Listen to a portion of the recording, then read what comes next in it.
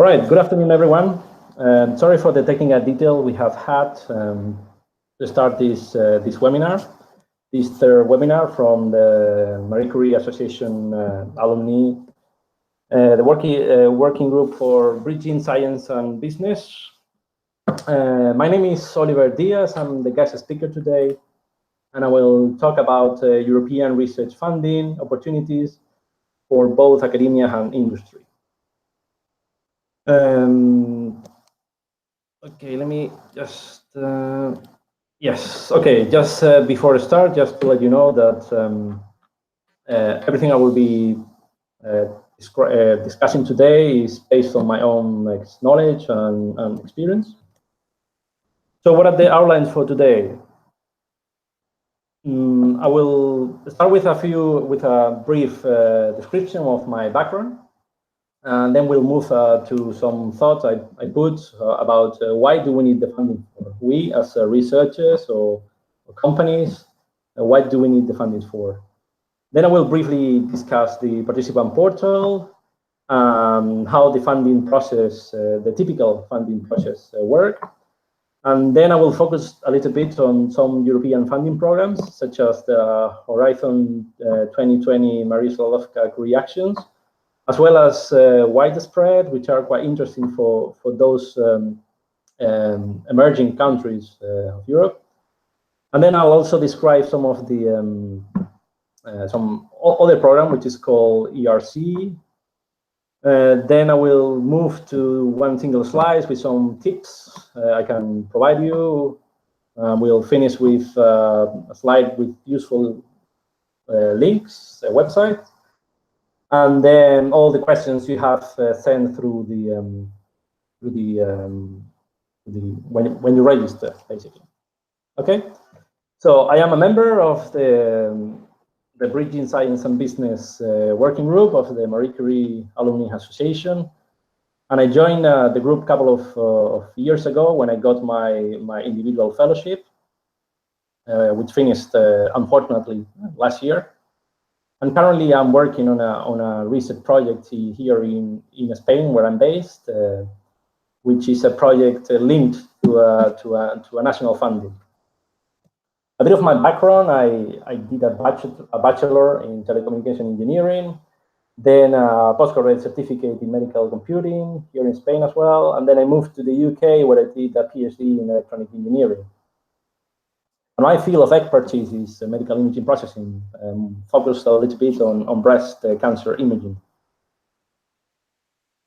I have participated in several projects, in different countries, including the UK, while I was doing my PhD. Then here in Spain, and also I've been lucky to participate in 2 European projects. Apart from the research project, I've collaborated with 3 companies, so I have some experience in collaboration agreements with the industrial sector. And I'm currently supervising 3 students based on academia, PhD, and also in industry. So why do we need the funding for? Basically, I think that's very, very necessary to improve your professional trajectory, your professional career. Because if you if you are able to show that you can obtain your own resources, your own funding, that stays quite well in your CV. It's a proof that you can be an independent researcher. This kind of type of funding sometimes reinforce collaboration with top institutions in the world or in Europe in this case. So it will enable you to collaborate with other research groups. And that's eventually what it does. It improves your international visibility, not only of your host institution or your research group, but also yourself. Some of the funding are used to train yourself or to train other staff members of your group, or if you're coordinating some students or something, maybe the funding will allow you to move those students around. Sometimes it's mobility funding, so you can spend some time, so research visits, some secondments in other institutions. So to contract new personnel like PhD students, postdocs. Some of you are already PhD students, some of you are postdocs. So if you are a postdoc, maybe it will enable you to hire PhD students to create your own group. Buy equipment and material to do the research. Improve infrastructures of your host institution. To cover all the expenses like traveling. If you're planning to patent, you've got a product, you want to patent that product. That sometimes is covered by European funding, or going to conferences, etc. So first of all, I just want to say that everything regarding European funding is performed through the participant portal. So at the end of the presentation, I'll provide you the link, but probably most of you are aware of that site. Here you can log in or register if you haven't done so, and then start, and you can access to the different calls which are currently available in the funding opportunities tab. Or you have some guidelines, description about how to participate in projects in the how to participate tab. Also, if you're looking for partners, you will find here a button which links to another website to find partners. And I would like to also take this opportunity to encourage you to register as experts of the European Union, so you can be called to review European research projects. You might have a better understanding of how this process works. And it's quite interesting to have that inside information while writing your proposal. So the typical funding process consists on finding your call, your opportunity, or what I call a funding opportunity. You have to check your eligibility or your host institution eligibility. If you can participate, you have to read the guidelines, I'm afraid. And then to take the decision if you are participating as a coordinator of the call, or if you're a partner.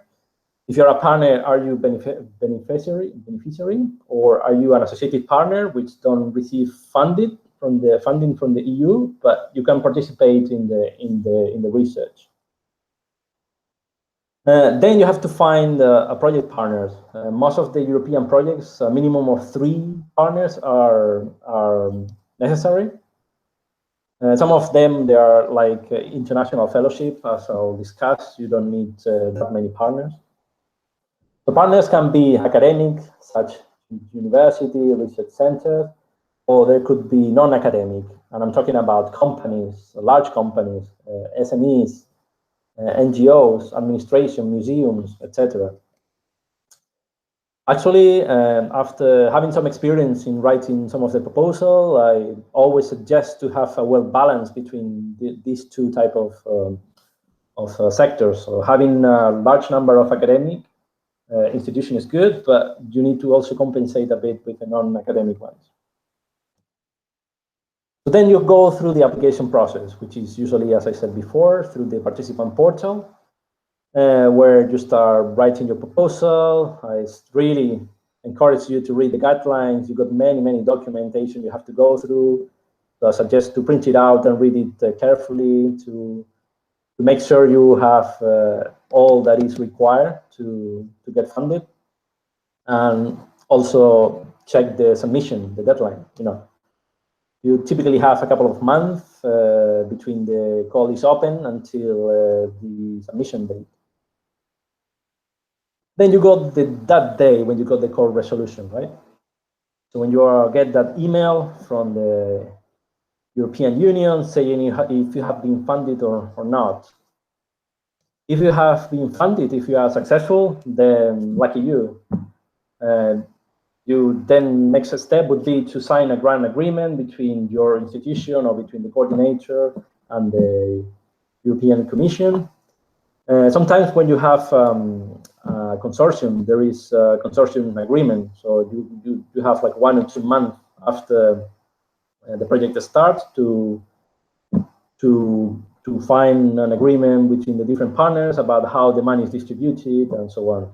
And then you get the money and you start to do research or whatever type of activity you are applying for.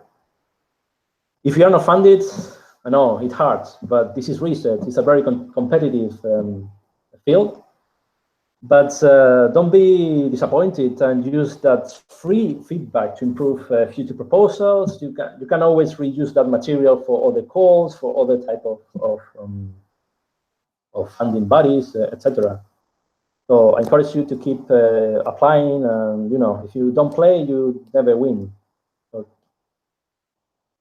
the European funding programs. All right, probably what we are mostly aware of the Horizon 2020. Most of us, we are funded within that program, ITN, individual fellowships. For those who don't know, who are not aware of the Horizon 2020, is funding for research and innovation projects in different areas. Beneficiaries can be research centers, local and regional authorities, corporations, companies, universities, museums, NGOs, etc. Then we got the European Research Council, which kind of like try to go further and try to invest in research which is near to the frontier, something like innovative and very with a scientific excellence. It's quite difficult to get one of those, but is contemplated within the European funding. Then we got some program called COSME. This one I think it's quite interesting for SMEs. Probably if you are planning or if you have one company, maybe you should go through this program. Probably you are aware of Erasmus Plus. It's basically for teaching and training, like lecturers training, teachers, exchange, as well as master's programs, so on. And then you got some other calls which are more specific for different topics, like health, agriculture products, etc., etc. You'll find these calls and many, many more in the participant portal. I encourage you to visit the website and read for the different calls. So I'll start with the Innovative Training Network, which probably most of you are part of at this moment. There exist three types of ITN, which are the Europeans, the training networks, the European Industrial Doctorates, and the European Joint Doctorates. As you can see here, the size, the minimum size of the consortium might vary, but the minimum is between 2 and 3, and with a maximum, well, I don't know if there is a maximum, but there is a recommendation to have no more than 10 partners. The objectives of this call is to train the new generation of creative, entrepreneurial, and innovative early stage researchers. And usually is a consortium applies for this call to get some funded, and with that money they will cover the salary, the training, the equipment, and traveling of what's called early stage researchers, or ECRs. And it has a duration, the project itself has a duration of 4 years, although the ECR has to finish in 3 years. The funding for ECRs is only for 3 years. The submission deadline, it was last week. So if you're planning to submit to this program, you have to wait until next year, I'm afraid. Then you got the individual fellowship, which I know some of you are already part of our fellows from this program, or were previous fellows, like in my case. You have mainly like two branches here. You got the standard European fellowship, which is for those researchers who move between European countries. I just want to highlight the 3 different panels. You got the panel for each sector or for each area you are investigating on. But then you got 3 specific for career restart panel, for reintegration panel if you are reintegrating into the research, or if you want to move to the industry sector, or within the industry sector there is a specific panel called Society and Enterprise panel. And then you got the global fellowship, where people from outside Europe come to Europe, or if you are in Europe, you go outside, and then you have to return when you're here. The objectives here, this is a smaller project where you get some funding for your own salary, and then the institution also gets some money for hosting you. But the idea is to develop your personal research projects and acquire new skills. So basically, your training is very important here. So the duration is between 2 and 3 years, and deadline is September. So those who are finishing your ITN projects, I encourage you to start thinking about doing a postdoc through this individual fellowship program. Then we got the RISE, the Research and Innovation Staff Exchange, which the main objective is to promote the exchange of research and innovation staff, knowledge transfer, and ideas from research to market, and vice versa. So also you build a consortium between academic and non-academic institutions with a particular focus on SMEs based on Europe. As I'll discuss later, there is a list of eligible countries, which are EU members, or they're called associated countries. So it covers researchers, technical, administrative, and managerial staff movement. So, and the submission deadline is in March. Then you got the co-found, which probably this call is more focused on the administration, where it's seeking for stimulating regional, national, and international programs to foster training, mobility, and career of research. As the name itself is co-found, so you need, if an administration apply for this, it will provide some money, but never the 100% of the funding will be covered by the European Union. Also, I would like to mention this call named Widespread, which means spreading excellence and widening participation, which is focused to low R&I performing or widening countries. So here you have a list of all countries which can coordinate this call. I got some of your questions regarding what Eastern countries, Eastern European countries, how they can participate. And I think this program is a good opportunity for you or your institutions to get some European funding. You got mainly 3 types of sub-calls within this widespread. One is called teaming, which supports the creation of Center of Excellence in these countries through partnerships with international leading institutions. So if you are in one of those countries and you kind of like create a small consortium with some leading groups in Europe, this call might be for you. The twinning is more focused in building a network for excellence through knowledge transfer and exchange, again, best practice between research institutions and leading partners. And finally, the ERA chairs is its focus is mainly to attract, maintain, and increase human resources of an institution. And also, it can cover some structural changes in the institution. So other Horizon 2020 calls are probably focused on specific fields like personalized health and care, like food security. Some of the calls are focused to SMEs instrument, like if you have a product, it might cover to take this product to the market, or depending on the level the product is. So again, I encourage you to check the participant portal and search for your specific call you are looking for. So before moving to the final slices, just a couple of some comments about these ERC calls. I'll start with the starting grant. So those who already hold a PhD, probably I'm referring here to the individual fellows who are listening to me. This is a great opportunity if you have finished your PhD between 2 to 7 years. You can apply to this grant, which basically supports excellence primary investigator at your early career, where you are showing some initiative to start your own independent research team. You got, like, here we're talking a budget of more than 1 million euros.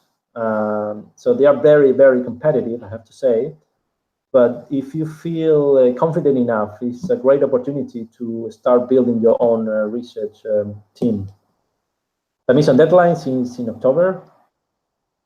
Then, when you have a bit of more of experience, there is another grant called Consolidator grants. Usually, people who finish the starting grant start applying to this one. So we are talking about people between 7 to 12 years after PhD was obtained. Here, the budget is a bit increased, and also the duration is 5 years. And then this is for more advanced, more established researchers, leaders, with some recognized track records and some research achievements. Finally, I just wanted to include this one, but this is mainly focused to all those researchers who already have one of the previous ones, one of the either the starting grant or the consolidator grant. So they could apply for an extra funding to develop some proof of concept projects. You know, if they have some idea or they want to commercialize a product, this is a good opportunity for them. All right, so just to show you some tips before moving to your questions, which were very interesting. I recommend you to read carefully the guidelines of the code you are applying for. If you got like questions which you probably have, I always suggest to contact your national contact point, which will pass you the link in the next slides, where you can find all the national contact points of the European countries. Also, some practice I do is I follow the national contact points of my country, because sometimes they organize local or national meetings where they describe these different calls, and following them, for example, through Twitter, would be a good practice.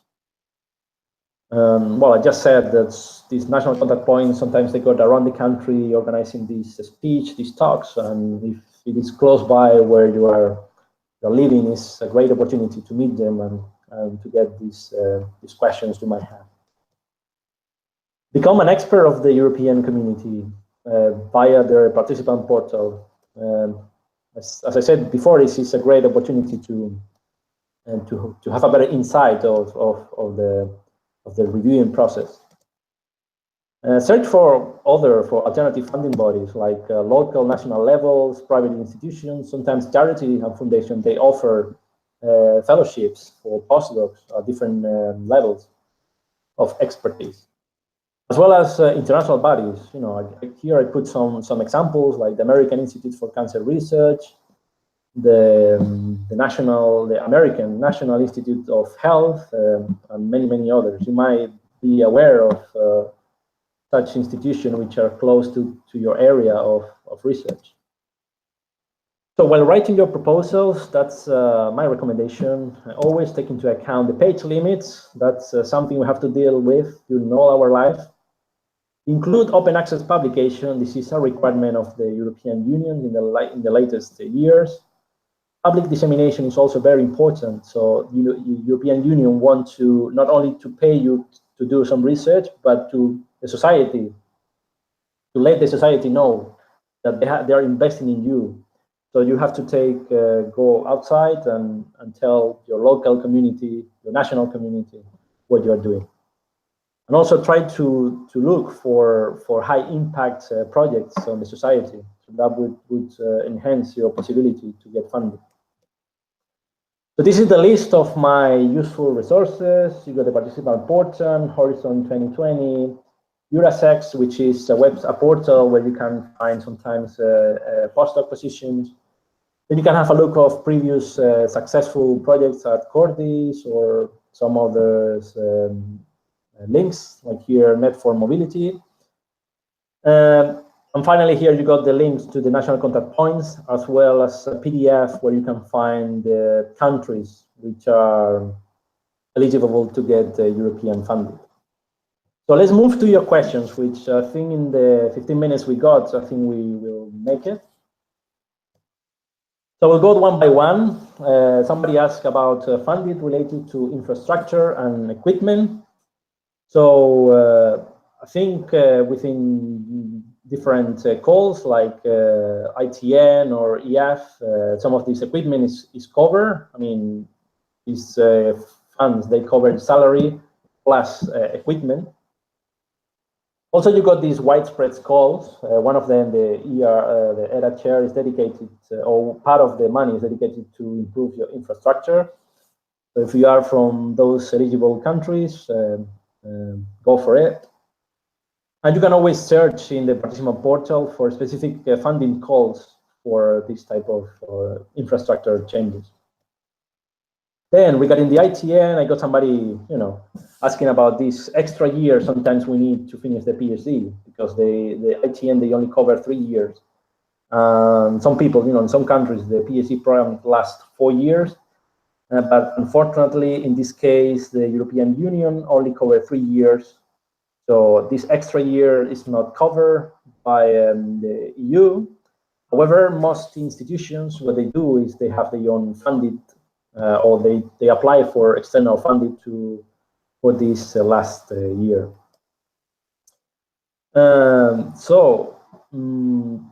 Some people ask me what can they do after finishing your PhD within an ITN. That's a really good position, because being part of an ITN, it makes you a really valuable researcher.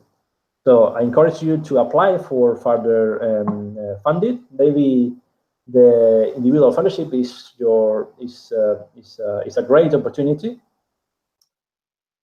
However, you can also go for national fellowships, or you have to check with your institution, maybe private fellowships. You can be a postdoc as part of a project of maybe one of your senior colleagues at your institution. Does European funding cover impact activities to reach society? Yes, this is very encouraging, to be honest, because as I said previously, the EU, they love the researchers to tell society what they are paying for. So I myself have organized some local talks, some visits to schools, some workshops, local workshops, which are covered by some of these calls. And more specifically, there is one call to found the European Researchers' Night activities. And Eastern European partners, can they participate? Yes, there are some calls dedicated to those countries, as we just mentioned, the widespread. But you always have to check the list of countries eligible for funding. And all companies participate in individual projects. Yes, I encourage you to check the Cosmo calls. We haven't discussed it here, but you have everything you need in the participant portal. And if you are planning to develop a product, depending on the TRL this product is, you might get some small funded to kind of like a finish producing that product. How large the company has to be to participate in a research project, any size. Here I leave you the link to the definition of small and medium enterprises, but any size is accepted. So somebody asked me about the RIA calls, a person which not many experience coordinating research project. Can they be coordinators? I think for RIA call, we are talking about large projects of a couple of millions, and I think a person, it makes more sense to have a coordinator, a project coordinator of someone with larger experience.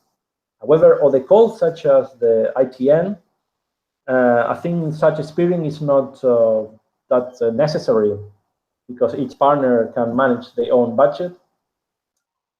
However, I encourage that person to try to coordinate other maybe national projects or other calls like ITNs. Once you get a bit of experience, it could be the right moment to apply for this RIA call.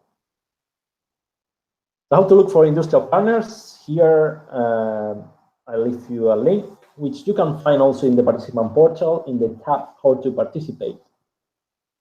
You can always talk to companies you are interested to collaborate with, and to encourage them to join the participant portal, to register and be part of your consortium. Or you can check the national contact points. Can a non-European Mediterranean country participate? Again, I refer you to the eligible countries list.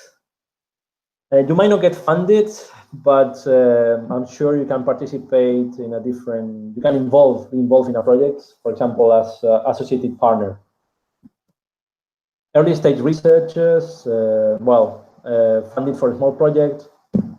This is a question of something I think was finished in the individual fellowship, which is looking for funding for a small project. Well, I suggest, or basically what I've been doing is applying for regional or national research funded or a private fellowship, which can improve a little bit your experience and your career as a researcher. Or you can always ask another senior researcher to apply, and you can work together in a team, like a research team for that. How to combine grant application preparation with research and training? That's a really good question, I think, because that's what we do pretty much all of us. Preparation grant is very time consuming. I know that because I've done it myself. And it's quite helpful when you got somebody else helping you out. There is different part of the application somebody else can write for you or can give you some feedback. I'm talking about administrative staff and other senior staff. I think it's quite necessary to show your skills, that you are an independent researcher, that you want to create your own group, and it's necessary for you to grow as a researcher. I encourage you to try to find time between research, teaching, and also some all the admin stuff. But it's quite interesting and experience for you to write a grant application. So what are the expectations of the business sector when collaborating with academia? So I've been searching online because I'm not in the business sector myself. But what they can gain from this type of project is that they can recruit PhD students or experienced researchers to work for them.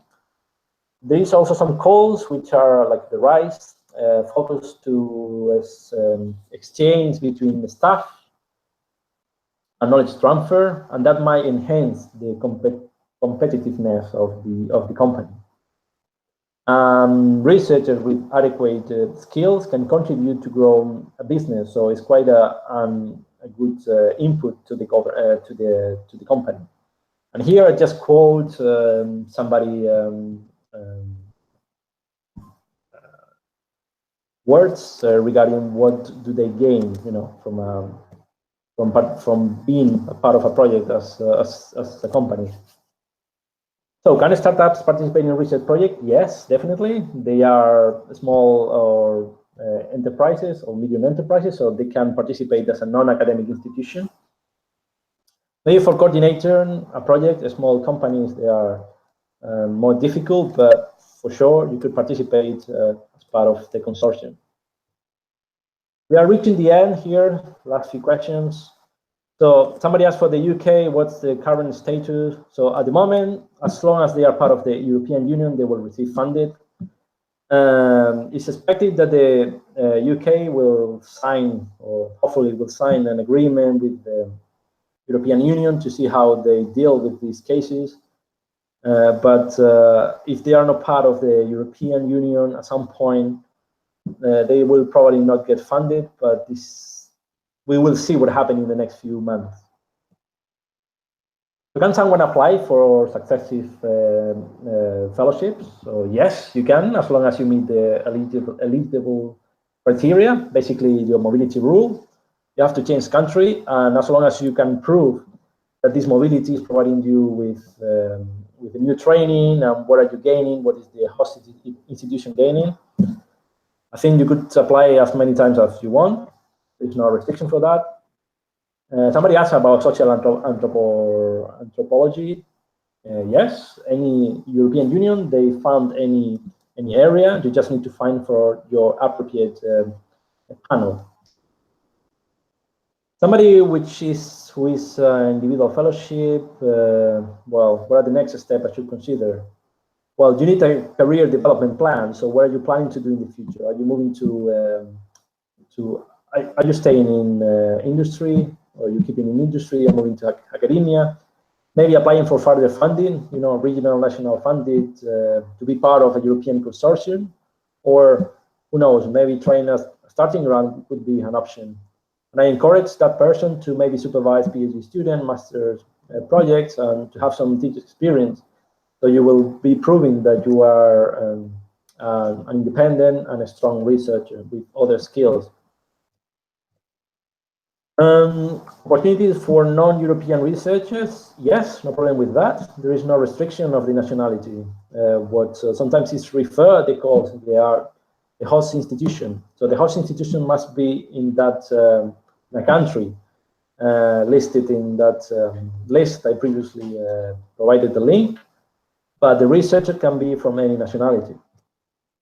Opportunities for basic science, yes, I would check for your specific field in the participant portal. To successful rates varies with the call and the panel. Involvement of industry and university, I think this is encouraged, and it should be from the day one because they complement each other. Funding for collaborative with institutions in USA, I would say search for a specific calls. Sometimes there are specific calls for between Europe and another country, let's say USA, let's say Japan, etc. USA can participate as an associated partner, but it won't receive funding. So thank you. That's from my part, but I think we still got a couple of minutes to the few more questions I've got through Marco. Is it possible to apply for a reintegration grant after EF after many years? I think yes, the reintegration grant is for those people who has been away of research for a minimum period. I think it was 12 months or something like that. So you should check the guidelines. More questions I got here. Requirement for applying for become an expert. I think there is no requirement. You go to the website and you fill in the form. It asks about your CV, your experience, and then you might be called by the EU to review a project or something like that. But there's no requirement, I believe. You just need to fill in the form, and you will be activated as an expert. You got a few keywords. If a project fits those keywords, the EU can contact you to go through this reviewing. Let me see if we got a few more minutes. Yes. What's requirement applying expert? Okay, somebody asked as well. Funded. Yeah, somebody asked about applying again. Is enjoying an individual fellowship and is asking if he could apply for a second time. Yes, as long as you have you are eligible. Basically, you have to meet this mobility rule. If you project this proposal quite well and you convince reviewers, then you are in. You have you might enjoy your second individual fellowship. Okay, somebody said that I didn't mention the ERC synergy grants. Okay, I'm not aware of those grants. I'm sorry. I checked the website and it might be there. If you go to the ERC website, it's in my useful links. You might find out there. I'm sorry if I missed that call.